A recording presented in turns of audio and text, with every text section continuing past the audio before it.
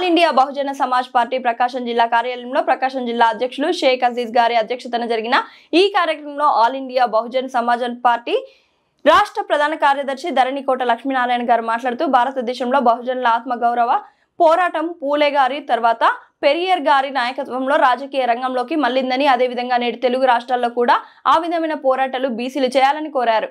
ఓపీడీఆర్ రాష్ట్ర అధ్యక్షులు చావల సుధాకర్ గారు మాట్లాడుతూ రాష్ట్రంలో దేశంలో పార్టీలు గాని సంఘాలు గాని ప్రజలతో కనెక్టెడ్ పనిచేయాలని, అప్పుడు మెరుగైన ఫలితాలు వస్తాయని తెలిపారు.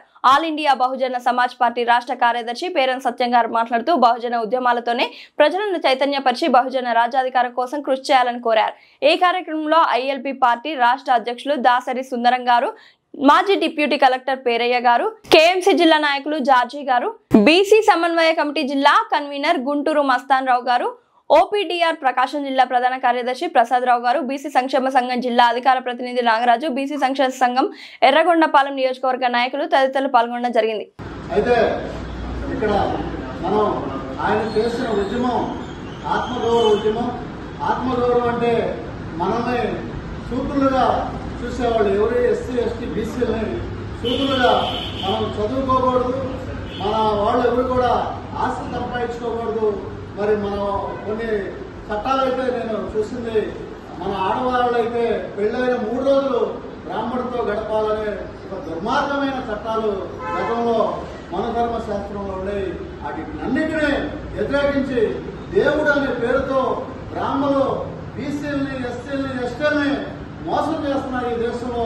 దీన్ని వ్యతిరేకించాలనే ఉద్దేశంతో ఆయన ఒక తిరుగుబాటు విప్లవం తీసుకొచ్చి ఈ రోజున భారతదేశంలో బీసీలు కానీ ఎస్సీలు కానీ ఎస్టీలు కానీ ఈ రోజున మనం రాజ్యాధికారంగా ఈ రోజున బట్టలేసుకొని చదువుకొని ఈ రోజు జ్ఞానంతో తిరుగుతున్నామంటే పూలే గారి తర్వాత పెరియారు రామస్వామి అని చెప్పి మనం గుర్తుపెట్టుకోవాలి. వాళ్ళ చరిత్రను కూడా మన పిల్లలకి చెప్పాల్సిన అవసరం ఉంది.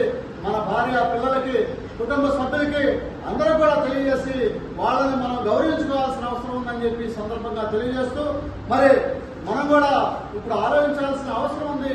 బీసీ సోదరులారా, మరి ఈ రోజున రాష్ట్రంలో కమ్మారెడ్డి పాలన ఈ రోజున ఆడిపోతే ఈడిపోతే ఆడి వచ్చి మనం ఓట్లేసే కాడ ఉంటున్నాం కానీ మనం అధికారం పంచుకునే కాడ ఉండలేదు.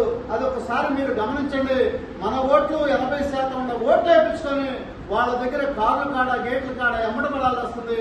అది ఒకసారి మనం బీసీలు, ఎందుకంటే ఎస్సీ ఎస్టీలకి రిజర్వేషన్ ఉండి 60% ఉన్న బీసీలు ఈ రోజున మనం ఓట్లు వేసిన తర్వాత వాళ్ళ దగ్గర అడుక్కోవాల్సిన పరిస్థితిలో ఉన్నాం.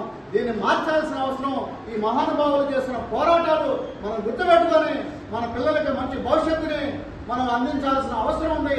ఈ రోజున ఆంధ్ర రాష్ట్రంలో ఉన్నటువంటి మెడికల్ కాలేజీలు మొత్తం కూడా ప్రైవేట్ పరం చేస్తున్నారు. మరి ప్రైవేట్ పరం అయితే ఈ రోజున కోట్లు పెట్టి మనం సీట్ కొనుక్కొని మన పిల్లల్ని డాక్టర్లు చేయాల్సి వస్తుంది. మరి గతంలో అంబేద్కర్ గారు పెట్టిన పుణ్యం వల్ల మనకి రిజర్వేషన్లు వచ్చి ఈ రోజున బీసీల్లో కానీ ఎస్సీల్లో కానీ ఎస్టీల్లో కానీ మరి మైనార్టీల్లో కూడా చదువులో రిజర్వేషన్లు వచ్చి, సీట్లో రిజర్వేషన్లు వచ్చి, ఉద్యోగాల్లో రిజర్వేషన్లు వచ్చి ఈ రోజున మనం ఆత్మగౌరవంగా బతుకుతున్న క్రమంలో ఈ రోజున మన భారతదేశంలో బీజేపీ అనే మతతత్వ పార్టీ ముసుగులో ఈ రోజున మనవాదం మళ్లీ ముసలు పడుతుంది. దీన్ని వ్యతిరేకించాల్సిన అవసరం ఉంది.